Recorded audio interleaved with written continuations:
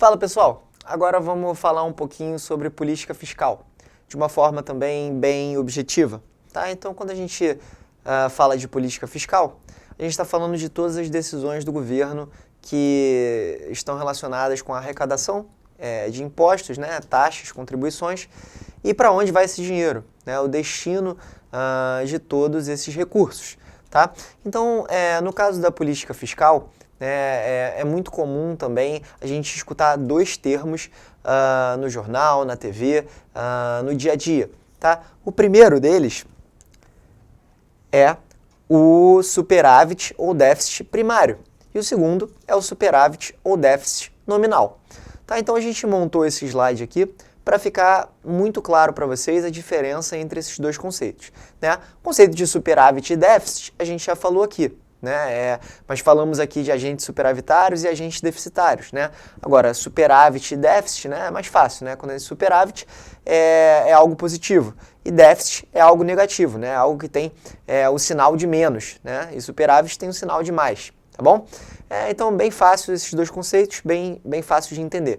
Agora, quando a gente está falando de superávit ou déficit primário, a gente está falando justamente de quanto o governo arrecada e quanto o governo gasta com despesas não financeiras, tá? Então, as despesas não financeiras são todas as despesas do governo que não incluem o pagamento de juros, tá? Então a gente está falando aí de despesas de funcionário, de gastos do governo com obras de infraestrutura, com obras públicas, né?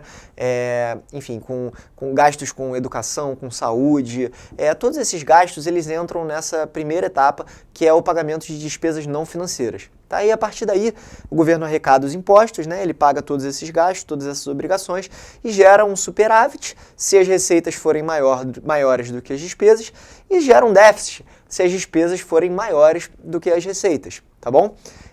Até aí beleza. Só que depois disso tudo, o governo ainda tem que pagar os juros da dívida pública, né? O governo tem uma dívida pública que é representada pelos títulos públicos federais, né? Então o governo tem dívida com os próprios cidadãos, que são os credores dessa dívida, e também com o que a gente chama de dívida externa, né? Que é a parte da dívida cujos credores são agentes estrangeiros, agentes econômicos estrangeiros, que não residem no Brasil, né?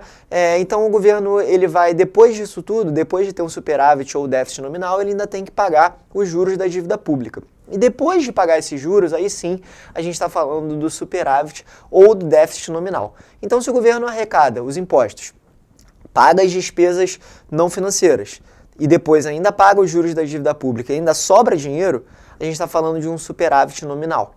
Se o governo arrecada o dinheiro de impostos, paga as despesas não financeiras, paga os juros da dívida pública e fica negativo, a gente está falando de um déficit nominal.